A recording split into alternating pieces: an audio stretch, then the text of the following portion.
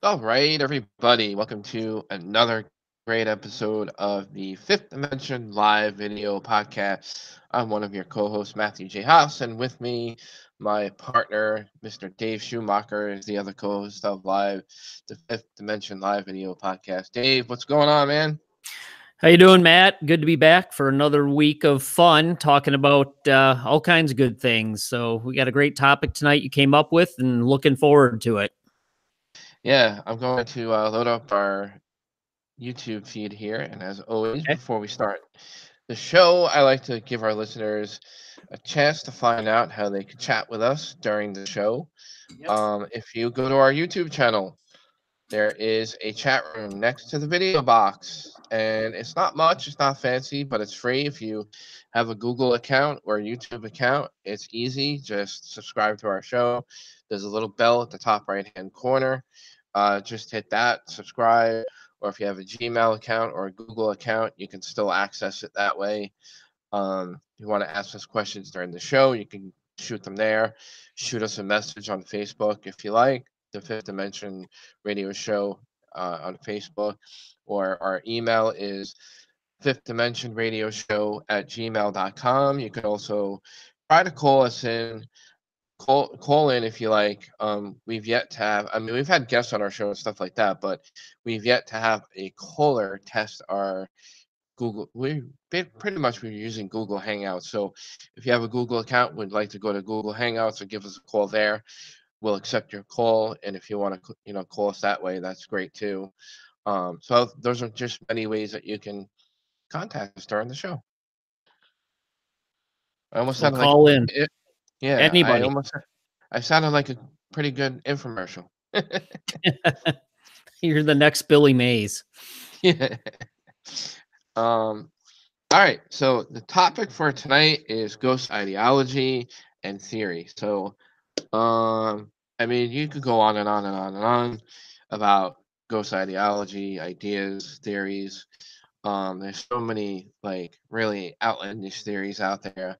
Nothing's proven, of course, at least not scientifically, or you can use your own judgment on many things. But other than that, right now it's just really opinionated, and a lot of people just, are more of a believer.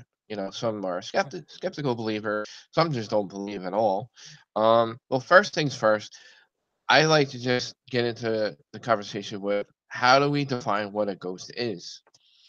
Well, when I was brought up, or at least, you know, without even being a ghost hunter or an investigator, what I knew of what a ghost was is a deceased person that has moved on from this life. So wherever it is that we go or roam after we die, whether it be heaven, hell, whatever your beliefs are, it's your spirit, it's your ghost. And they say that the consciousness leaves the body, or at some point your energy is still there, and your energy must go somewhere. There's still all that talk on the table, and that's part of our topic too. Let's talk about stuff that's on the table, and we're not so much, you know, uh, we're not afraid to talk about stuff that's not on the table. So I'll leave it there, Dave. What's your, you know, what's your definition of a ghost? Well, I'm gonna surprise take the parapsychological approach to this tonight. And I dug through some of the parapsychology textbooks I have and looked at some of the old papers and the old book Jen and I wrote, and basically it hasn't changed. My opinion hasn't changed too much. And the way they define it technically out of the introduction to parapsychology is it's a perceptual like experience, and it relates to a person or animal that's not physically present. So it's not, we don't have physical proof. And even psychology, they say it's some sort of experience. You may see, hear, smell, feel something that's not really there. So that would be the typical parapsychological definition of what an apparition is. And then if you want to get into breaking it down into the different types of apparitions, which I know some people a lot of skeptics will argue that we don't even know what a ghost is, so how can you categorize it? Well, that's somewhat fair. I guess we could at least look at the experiences people have had, and how do you put a category, or what's been shown to be said about it in the historical parapsychological literature. If you go back from the Census of Hallucinations from 1894, the book by Tyrrell, Apparitions, in 1942, 63. There's a couple things that come out and they seem to stick in the parapsychology community. So you have experimental apparitions, ones that the living person will try to project an image or a thought of themselves somewhere else or to somebody else. There's a crisis apparition that it's seen at a time of crisis or right before somebody might die. These were pretty popular in or during the World Wars. A lot of people reported having the vision of a husband or a loved one in a crisis situation. Then there's also postmortem, where the person has been dead more than 12 hours. And then you get into the recurrent or haunting residual type things that we will probably touch upon a little bit more later in the show. But, what is a ghost? Nobody knows. I mean, that's the problem. They don't know if it's the spirit of somebody who's died. Is it a telepathic hallucination? Is it natural? Are you misinterpreting things? Is it neuropsychological? Or does it have something to do with the environment? But nobody really knows. So that's the first opening remarks on apparitions. I'll talk a little bit more on residual hauntings or place memories, and then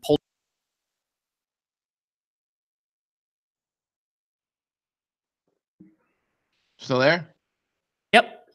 Okay. I thought I lost you. All right. Yeah, I don't know what happened there. Yeah, there was a little like a glitch. Something went weird. Yeah. Weird. Nothing that podcasters aren't used to.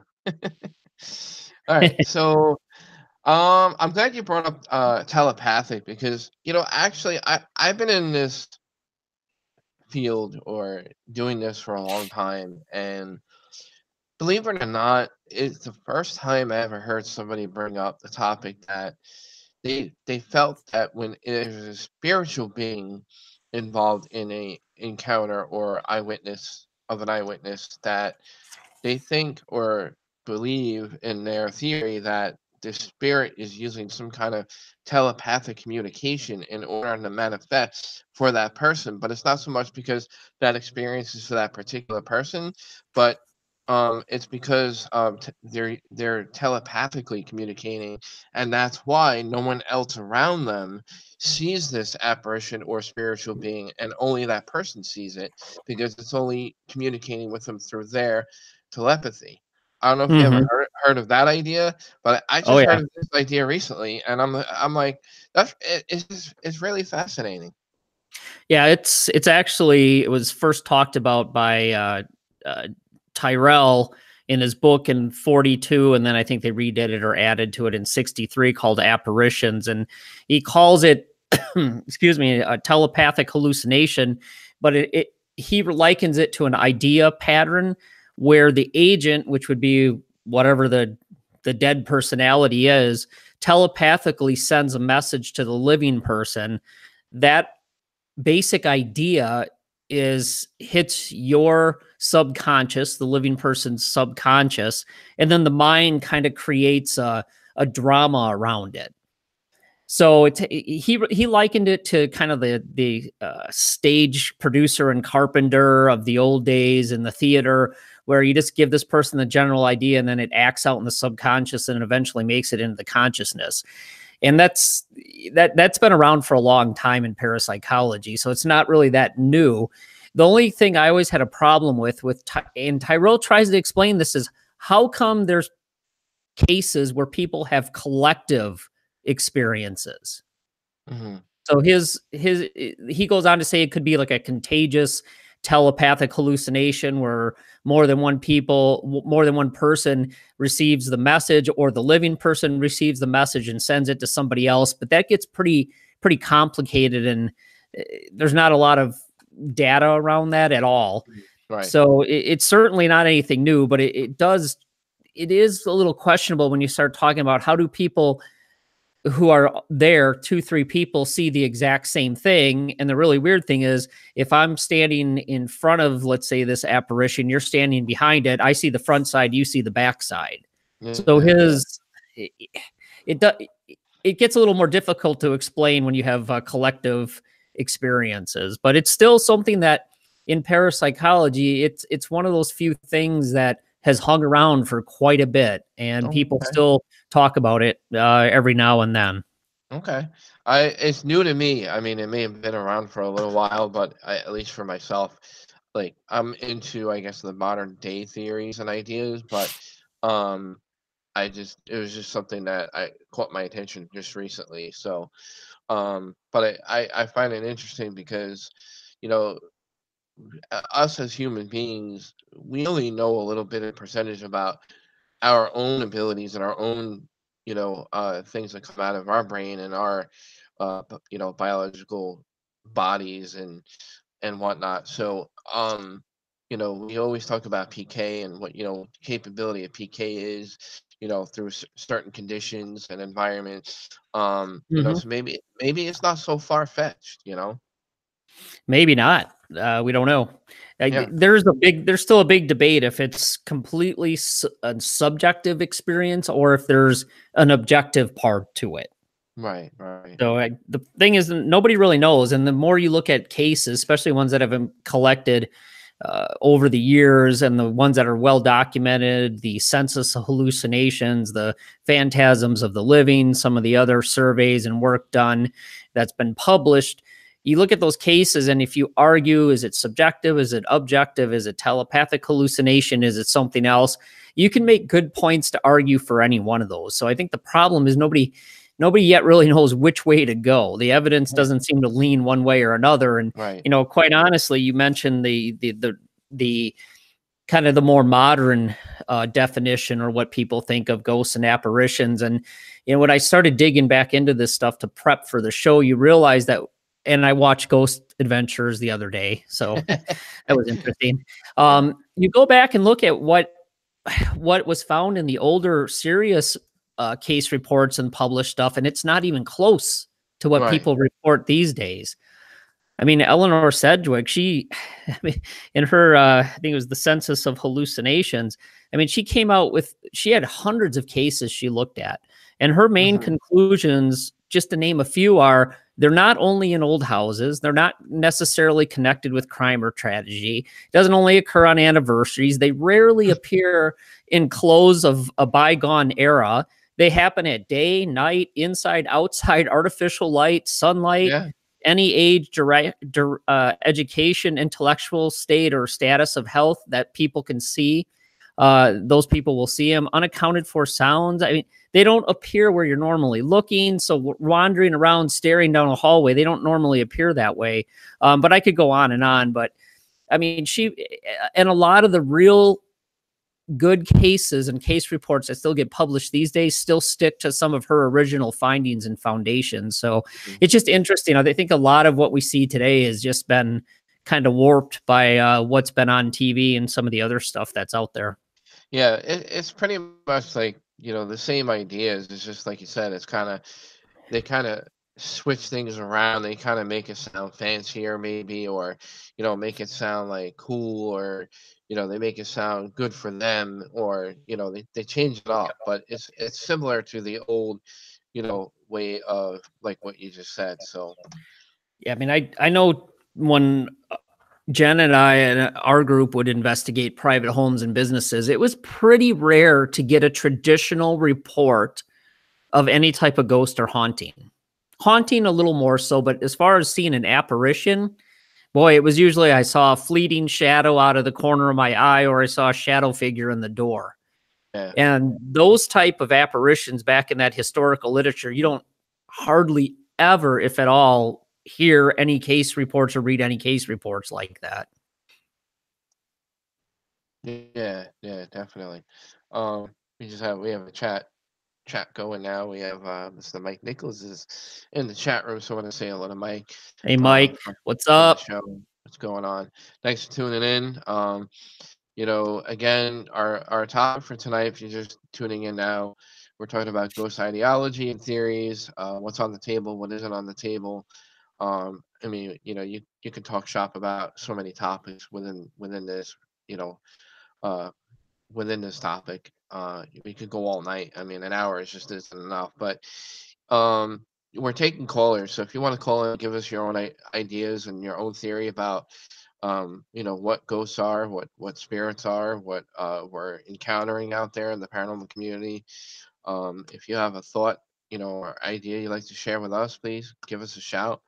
Fifth Dimension Radio Show at gmail.com, or go ahead and shoot your idea in the chat room and we can relay it in the show. Yeah, so I mean, you could go so many ways, but like you said, there's not enough data to go on for, especially for something that has yet to been scientifically proven.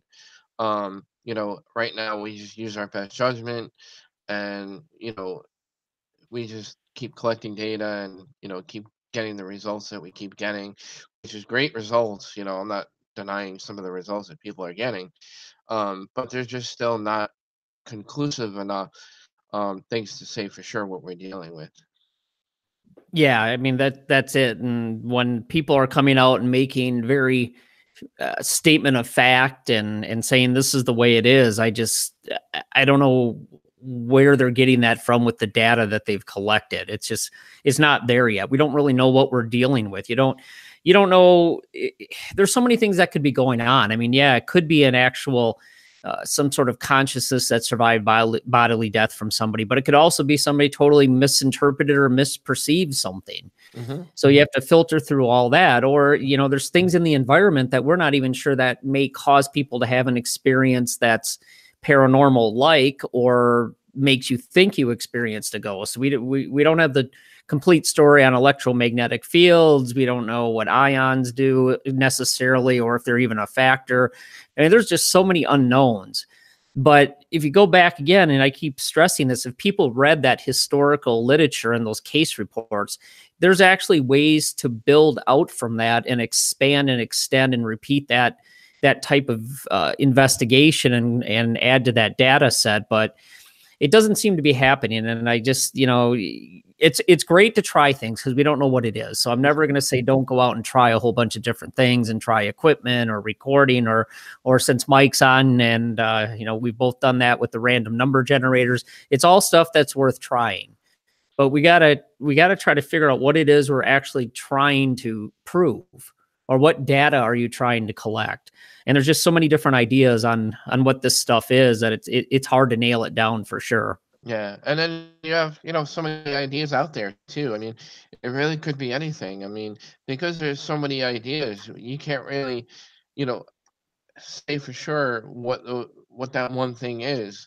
I just say stick with one idea, test that one idea, and like you said, build off of that and see where you get your results. And if you don't get any results, then go with another idea and then do the same thing and replicate that. And then, you keep, spiraling from that and you just keep going on. But, but there's the parallel universe I hear about a lot too, that we have different parallel universes on top of one another. And that is it possible that we're haunting each other from past, present, and future? Is that possible? I mean, it sounds pretty crazy, but I'm not going to rule that out either. I don't know enough about that idea, but it sounds like something from science fiction. Yeah, I mean, we don't know. And that's, you're getting in a realm of physics and quantum physics that nobody knows those answers, even in the normal, well-accepted scientific community. So it's kind of hard to explain one unknown with another one. It's fun to think about it, and and I guess theoretically anything's possible. But yeah, looking at what's actually out there and what's to be found, and even if it is something like that, it's a parallel universe. I'm pretty sure nobody these days who calls himself a paranormal investigator or ghost hunter or anybody that's on the TV shows is necessarily going to discover a parallel universe. It's probably going to be a very smart physicist at some university. Yeah. I mean, yeah, there's so many things. I mean, natural, again, just to, you get trickery. Some people try to play tricks on it. Some of it's fraud. I mean, there's incomplete memory. There's natural things that you might not know about, that may cause pops and bangs and temperature changes in a location, the Peltier effect, the Page effect. And we also know that prolonged stress and fear and sensory deprivation, you run around in the dark, you're probably going to see something. Yeah. Attentional bias. But then you get into some of the more out there, even paranormal hypotheses where it's neurological, where, certain electromagnetic fields or certain ions or certain ways cause the brain to change.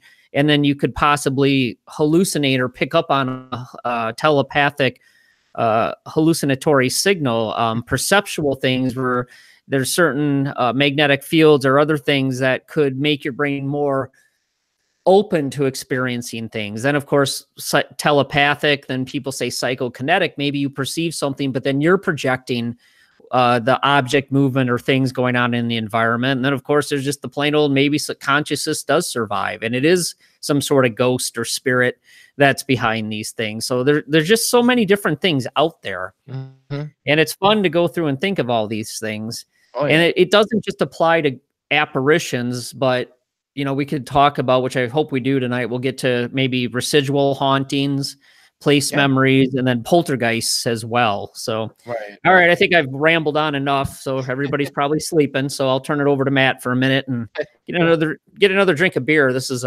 it's a pretty heavy topic. Yeah, it really is, because like Dave and I was just saying, there's so many things you go on and on about. One of the things that I've also heard too is like shadow figures, for example. There's a lot of encounters with shadow people in various locations, many locations, and by many eyewitnesses. More than one person have encountered shadow figures.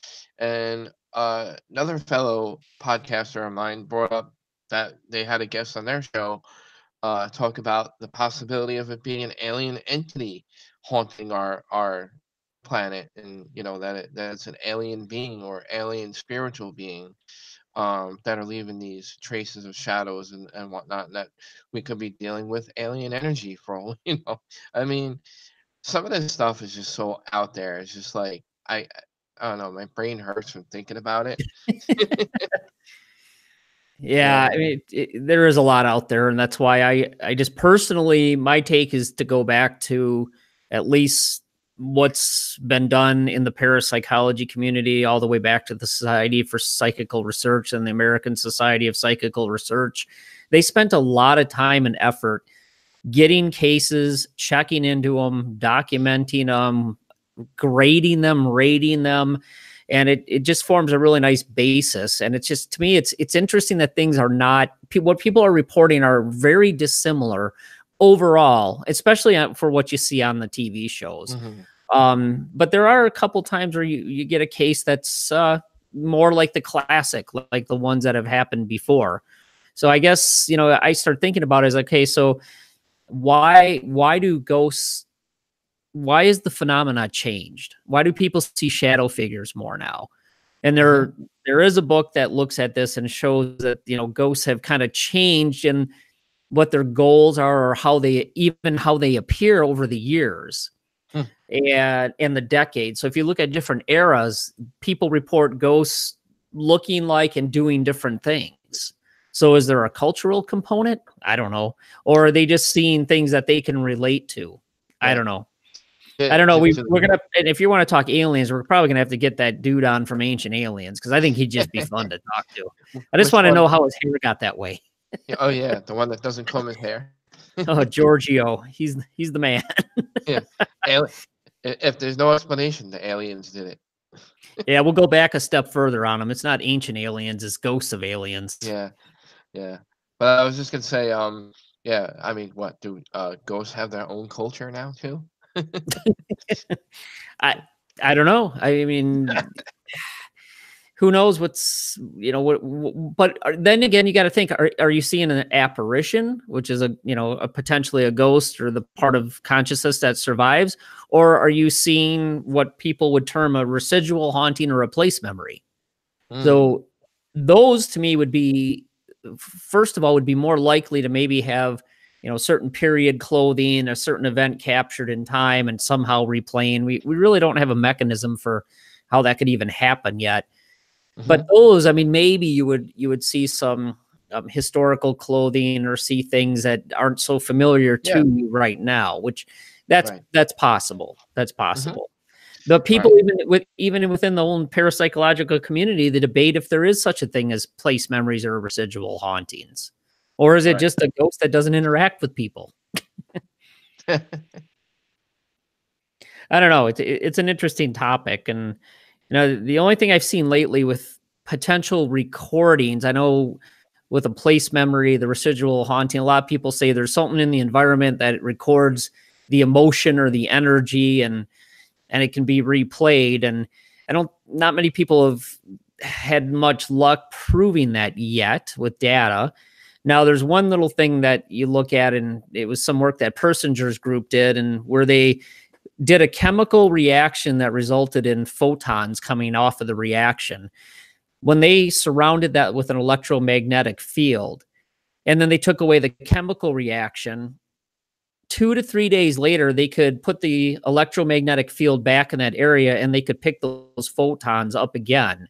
So it's almost like the environment itself recorded it somehow, and it could be picked up again when the electromagnetic field was reintroduced into that area.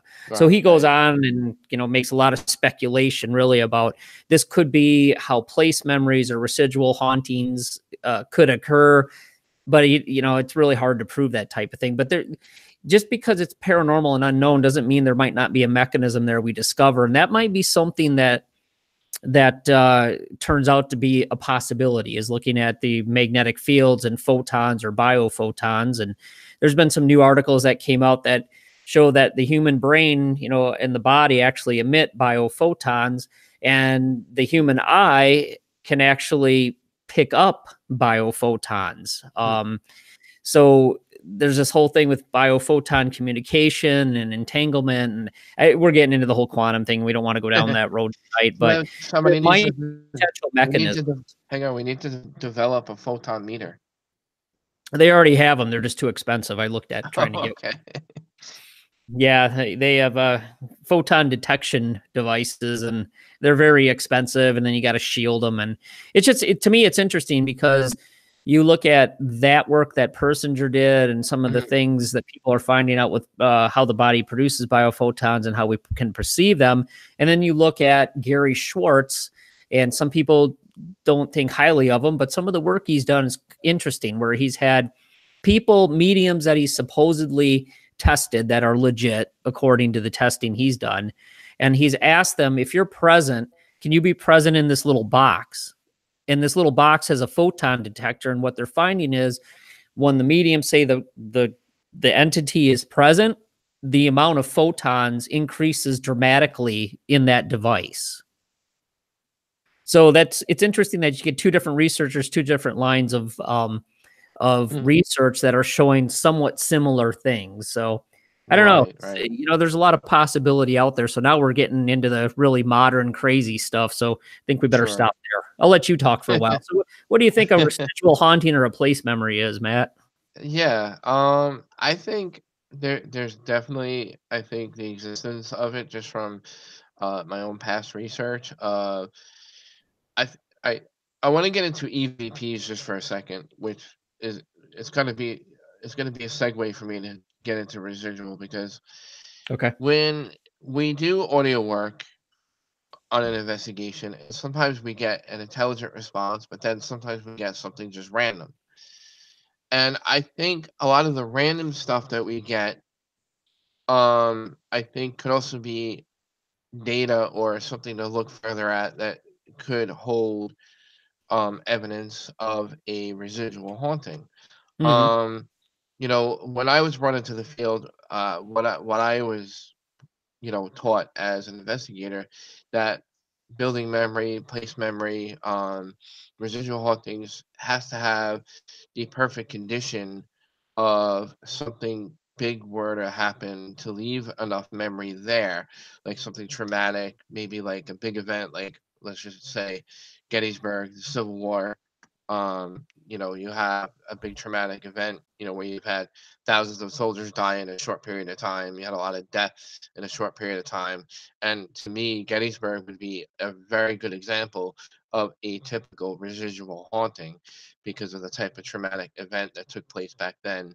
And the environment, you have all different kinds of, environmental conditions in Gettysburg itself. You have mountainous area, you have, bodies of water, you've got, you have all different types of environment around that to fuel a residual haunting.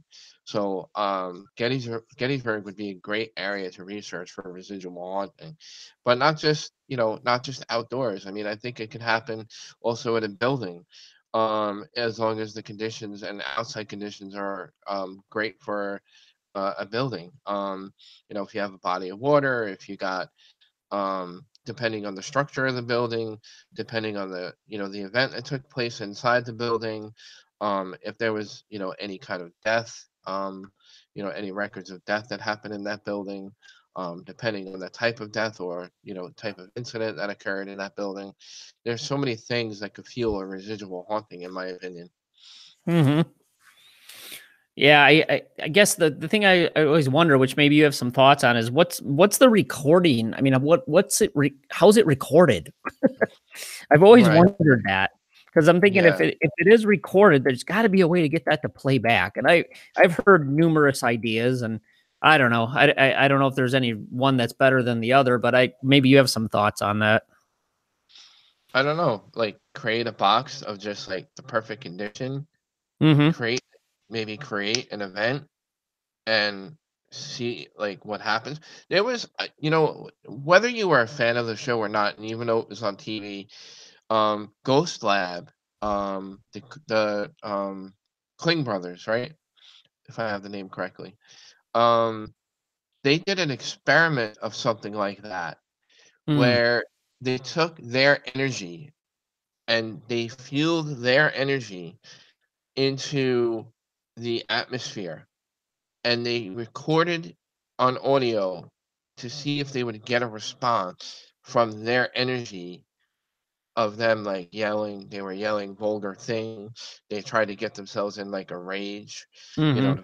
to get angry and see if the emotions and their energy level would create the perfect environment for something were to occur on a paranormal level.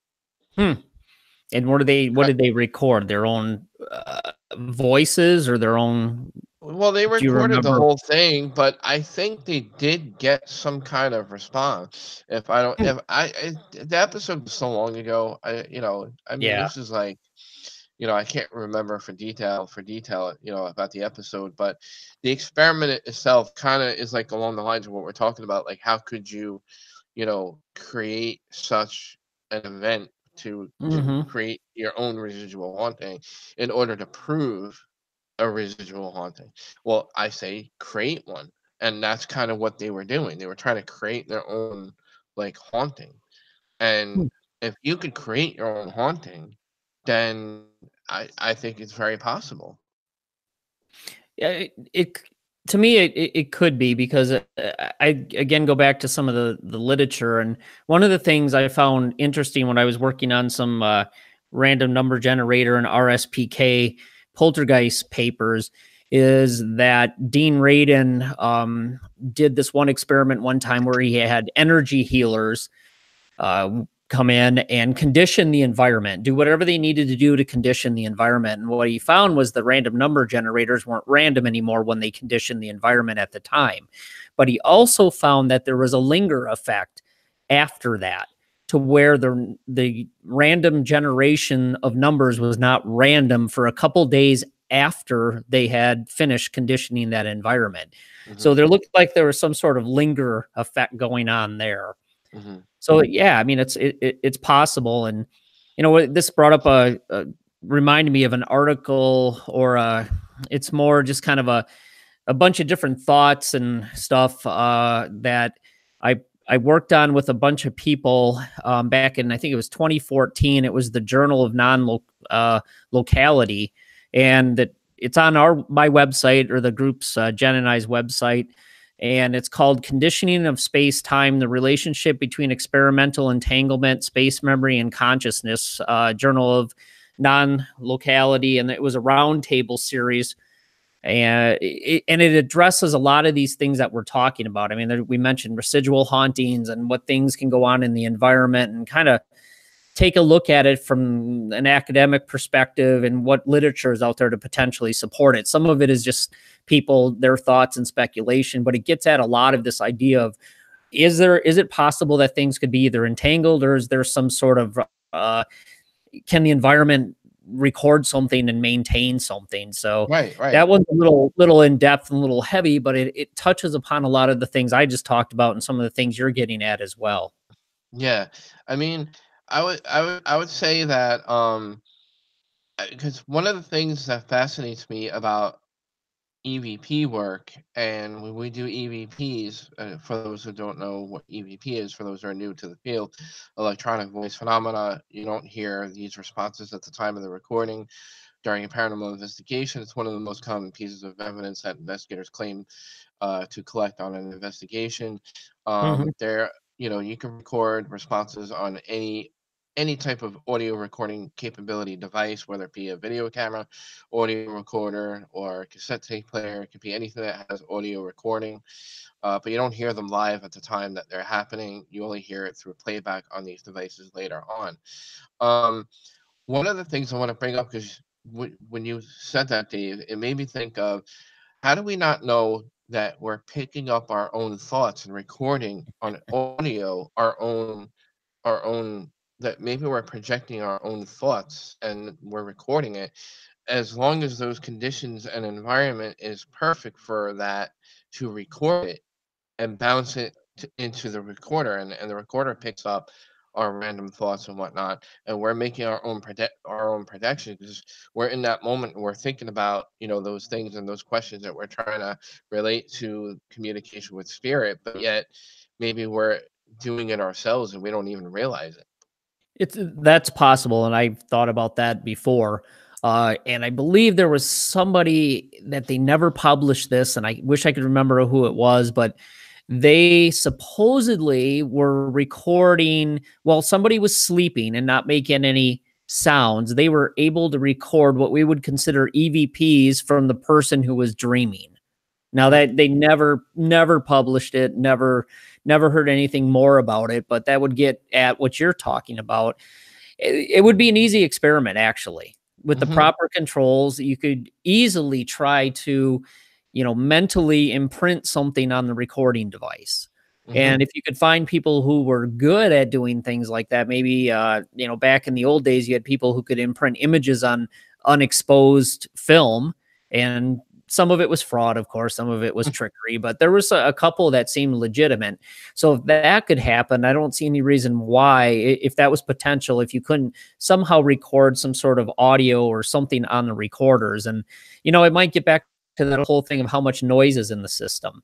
Mhm. When you have an analog to digital converter, there's noise in the system. When you use a cassette tape with white noise, some people say to use white noise, there's noise in the system. So maybe there's some experimentation that can be done along those lines that would shed a little bit of light on there. But yeah, that would be interesting. I don't think anybody has really looked at that yet. Yeah, yeah, that would be I mean, it's cool. possible, I guess, if you want to believe Yeah. PK is possible, they can do all Yeah. this other stuff. Why wouldn't that be possible? Yeah, right. It made me think of the moment where, I mean, it was cool when it happened. We had an investigation in Jersey. It was, I think, at, where was it? Um, yeah, it was at a place where one of the founders of Morse code, where we investigated one of the buildings, to Hmm. the founder who invented Morse code, which is cool. Um, and we were in there, and one of the um devices were, you know, being manipulated by something. We don't know Mhm. what, but we couldn't rule out for sure if it was like something from outside by the highway, or if there was a Mhm. military base down, somewhere nearby. I don't think there was a military base nearby that could be that close, but Mm. with their radar system and everything, who knows? But the device was almost as if there was like a Morse code, like Hmm. bleeping on the meter, and it was like you were like, that's Morse code. You were like, and one of my team members who knows Morse code was like, he knows what Morse code is. He was like, that's Morse code. He's like, if you don't know what Morse code is, then you're not gonna know what that is. But a person who does know it, he's like, you're not gonna mistake that for Morse code. But I thought it was pretty cool. Not that we could prove it, because again, with there's so much interference from the environment and devices with our paranormal equipment that we can't really say for sure, but it was pretty cool to be in that moment where we thought for 1 second that would be really awesome if that was actually Morse code, and it was maybe like the Hmm. people from the past time that was living there that had to do with Morse code was manipulating our device to do Morse code. I thought that would be really cool. That would have been cool.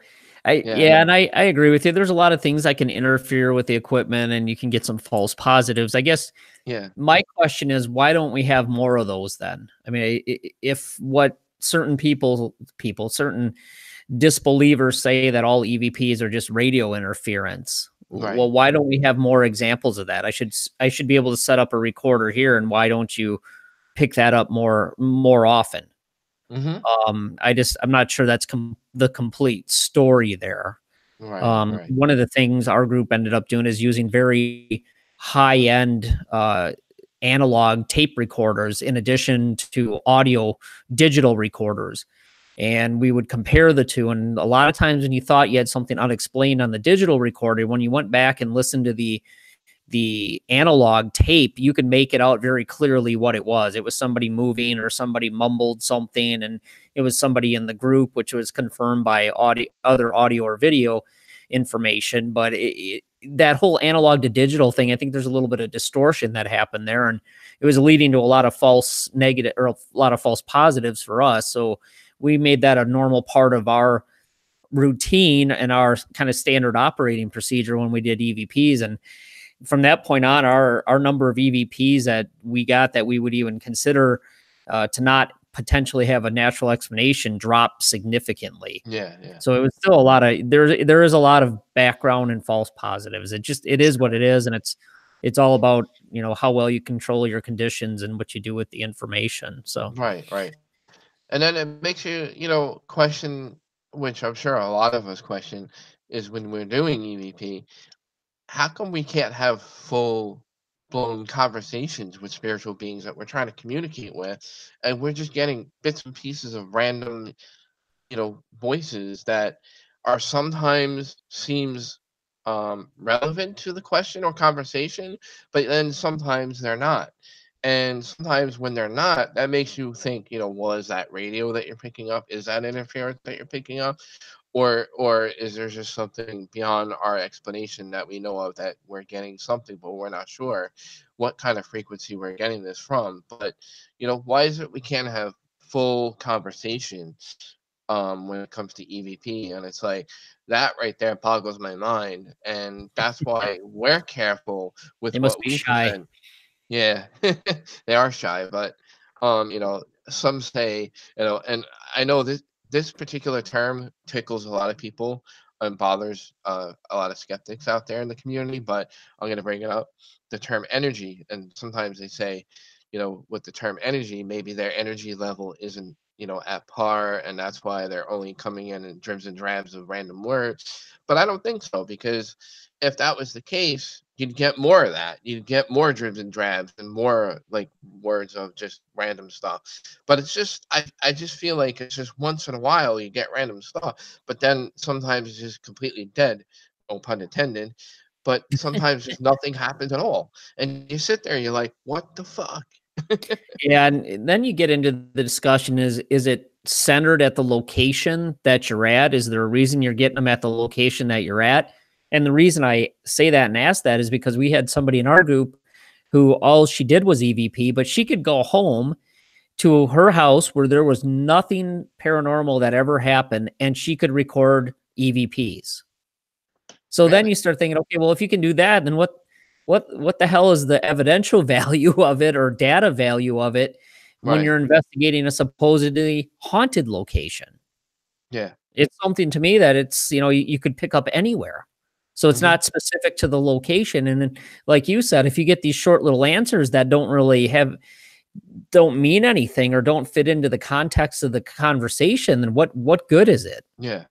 Yeah. But sometimes you do. I mean, I've seen those too, where you ask a Right. specific question and you get a very specific 1, 2, or 3 word answer, Hmm. and those you look at and go, interesting. Yeah. Doesn't happen that often, but it's interesting.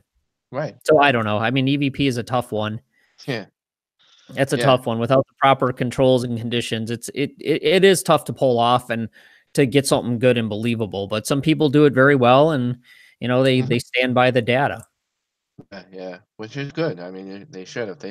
If they swear they got something, then yeah, absolutely they should. Yep. But then you brought up another popular topic about ghost ideology and theories out there. And one of the biggest popular ones is poltergeist activity.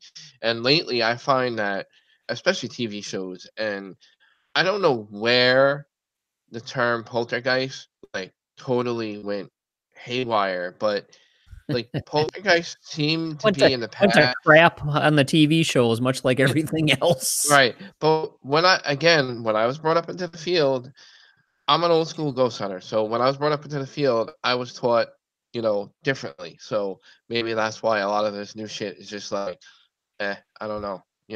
Yeah, But I've heard people say poltergeist activity, right, not.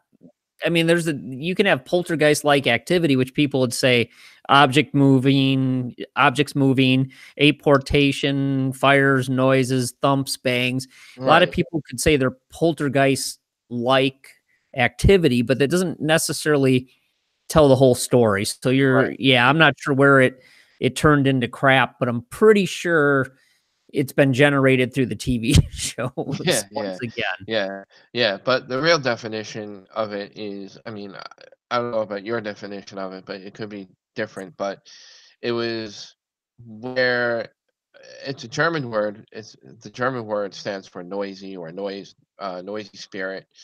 Um, but there's some controversy as to the actual definition of the poltergeist, which seems to be you have to have the perfect conditions and environment for it. Number one, you have to have body of water, mountainous area, certain types of rocks and limestone quartz. I think it's also like surrounding a adolescent going through traumatic stress. Or I don't think it necessarily has to be an adolescent. In the research over the years that I've been doing this, I find that it could be an adult with the perfect amount of traumatic stress to create that kind of condition. But Dave, what would be your definition of a poltergeist, as with your experience? Yeah, to me, it's again more the traditional parapsychological definition and what William Roll and others have looked at, which it being the definition of recurrent spontaneous psychokinesis, RSPK. Typically, it's found around a living person.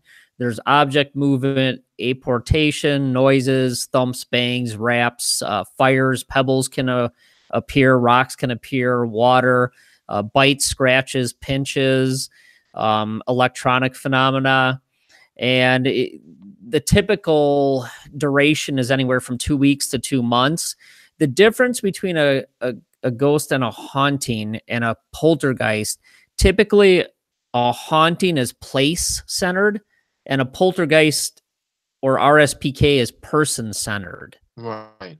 And that person, which, yeah, back in the day, they'd say it's a young adolescent going through puberty and all that emotional conflict and stress is being released subconsciously somehow, and it affects things in the environment. Well, that could have been selective reporting. Some of the newer surveys from that initial work shows that it can span a range.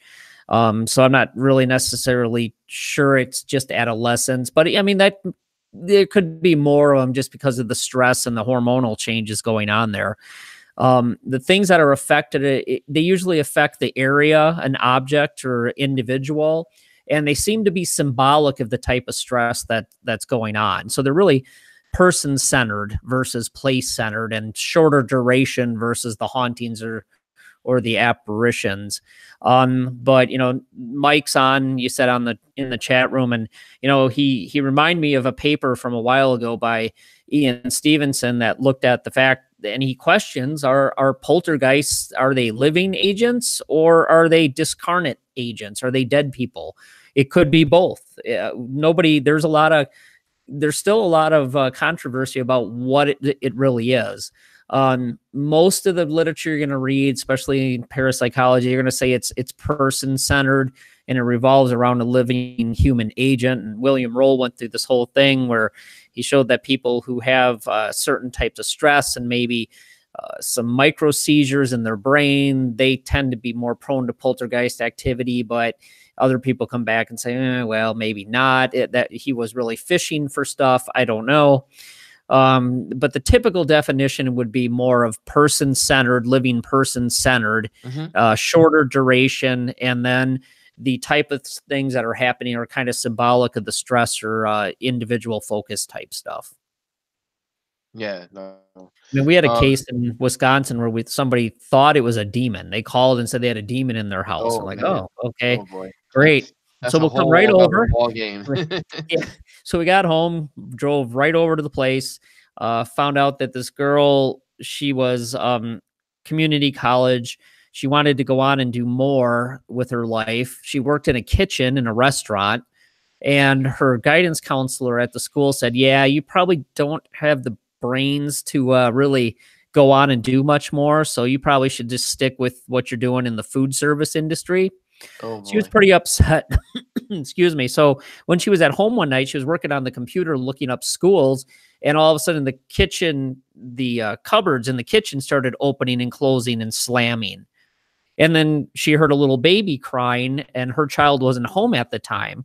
And she also had this happen when she was at another location somewhere else. You talk to her and you find out, well, I don't think it's a demon. And if you think about it, she was under a lot of stress. The focus and the symbolism was the kitchen, the food, and the baby crying was because she had a young child, and she felt like that child, she loved the child, but it felt like the child was holding her back. So there was a lot of things that were symbolic of what stress was going on in her life. Well, she didn't like that explanation. They thought the house was possessed, so they called in somebody to do a cleansing and then an exorcism, and we never heard from them again. But to me, that seemed like a pretty clear-cut case of a living human agent focused poltergeist. Yeah. And there could be two types of poltergeists too, like you said. There could be the living agent, and then there could be the spiritual agent that we don't know. Because there have been some cases that I've come across over my years of research where you get things that attach to people. And I think they attach to certain individuals that not only because are they possibly sensitive to the paranormal, but because in 99% of cases where people report paranormal things, they're sensitive to this stuff. They're the wide open, or they're sensitive. But if they have that perfect condition where they're stressed enough, but the level of energy that they're feeding whatever potential spiritual agent that is the poltergeist could attach itself to this person, because that person's giving off this type of stress. So I think you could have two different types of poltergeist activity. Yeah, and Lloyd Auerbach, that reminds me, he had an interesting thing that sometimes he thought that haunting or apparition activity could actually trigger PK or psychokinetic activity in the living person. So that's an interesting thought, because if you think of what you just described, somebody goes to a haunted location, they think it's haunted, they have an experience, it might freak them out enough to where they get home, and there could be some RSPK activity that they think something came back with them, but it could just be them generating it. But then I just read a paper the last couple of days where they looked at this and said, yeah, there are certain it looks like haunting situations where it followed the people or the family, and they don't think it was poltergeist or RSPK, but it was actually something went with them. But it's when they moved, it didn't necessarily just follow them home for a couple Mhm. nights. So again, it's not black and white. There's a Mhm. big gray area in all of this stuff. Yeah, yeah. So for those who are joining us late, I know we're getting down to the end of the show. We got wow, about 5 minutes left of the show. We usually end around 8 o'clock, but we're talking about ghost ideology and theories. What's on the table, what's not on the table. We've been talking about residual hauntings. We've been talking about just now. We were talking about poltergeist. Dave and I think there could be, two different types of poltergeist activity. Two different agents. You could have the spiritual agent, and then you can have the living agent. And then we talked about some other ghost ideology, like what is a ghost? What is a spirit? What are those things? We know it's not scientifically proven, but there's so many ideas and theories out there. We talked about parallel universes. That there could be parallel universes, and we're possibly haunting each other. For all we know, we're haunting the past, we're haunting the present, or maybe even the future. So there's such so many things out there. um, in closing, my thoughts of the end of the show here, um, I just think you should come up with an idea or a theory, test it, but try to test it under, a um, you know, uh, laboratory type situation if you can. Try to do it in a controlled environment as much as possible. Try to replicate it, collect your data, write down your results, study it, and if you get good results, pass it on to other people. And if you get good results and you pass on to other people, let them replicate it, see if they can even make that test better. Because that'll all just make, our theory and ideas better. And, what can we do to improve those things? And like Dave said at the beginning of the show, like, there's enough literature and research already done from way back that you can build off of. Go and get those books. Go and read those books, because it's the building blocks of what we're doing. And if you don't go and study those things, like, we're gonna run around in circles with no answers, and we're never gonna get answers in our lifetime. Probably not. Well, when So, you finally take the eternal rest, you'll find out. yeah. And then maybe you can come back and let us know if it's you before me. Or vice versa. I'll be glad to if I can. But yeah, I mean that's a good point. You really need to look at what's been done in the past. That was some good quality work. It's been published. It's been critiqued. There's a lot of good ideas out there and a lot of work that still needs to be done. Mhm. And anything you do, just make sure you describe specifically what you did, how you did it, and don't be afraid to try new things, but also don't be afraid to repeat things. One of the major problems in this field is a lack of repetition. So just because something's been done before or it's already in the old literature, hey, don't be afraid to do it again. And there are ways to go at this that don't involve a lot of high tech equipment and expensive equipment. There's very simple ways you can survey locations, have people tell you where reports are, have, overlap that. Don't tell anybody on your team where they reported things. See if it correlates with, certain fluctuations in temperature or magnetic fields, and collect more data on that. Or if you work with a psychic or a medium, you can also have them come in and give them a floor plan and not tell anybody anything, and see if they check the same areas that people who reported things experienced in there as well. So there's a lot of ways where we can at least try to build the case for, is there something real going on here? Is there a correlation? And I think that's the one thing we really need to do. And, when it comes to all these different terms and what's a ghost, what's a residual haunting, poltergeist, there's a lot of overlap still, and there's still a lot of gray area. So not even the people who have spent a lifetime studying this, over 100 years of research by members of the Parapsychology Association or the Society of Psychical Research, they still don't have all the answers after all those years. So you just got to take that into consideration, know the background, and then try to take baby steps and move the field forward a little bit any way you can. Yeah, well said. Want to thank Mike Nichols for hanging out with us for the Mike show. didn't have any questions? Come on. Uh, He's got to have a question. If anybody has a question, ask it now before I Got 2 minutes. stop the broadcast. You got like 2 or 3 minutes here. So, um, yeah, our good friend Bill Highland's in the chat room too. So, I'm gonna give a shout out to Bill. What's up, Bill? I can't believe Bill Um, didn't have any comments or questions. Come on. oh, he did. He said, they're all hypothesis, and what makes these people believe these things. You hear the words thought, suggested, etc. But yeah. So I don't know. Yeah, Mike Nichols just said living apparitions? Question mark. Apparitions of the living. Yep, there are apparitions of the living. People have seen apparitions of the living. There's both the experimental type and then the spontaneous one. So, yeah, that's a good point, Mike. We should have brought that up earlier, but yeah, people have seen apparitions of the living, and they have also seen apparitions of themselves. Then that could be a whole nother topic. Doppelgangers. There you go. I'm not sure I want to see myself. I actually I'll share a real quick experience with you guys when it comes to doppelganger here. My coworker, I work in a school, and I won't say where because I'm not I'm pretty sure they're not going to want to go public with you know their haunting, but there's some activity at the school. Anyway,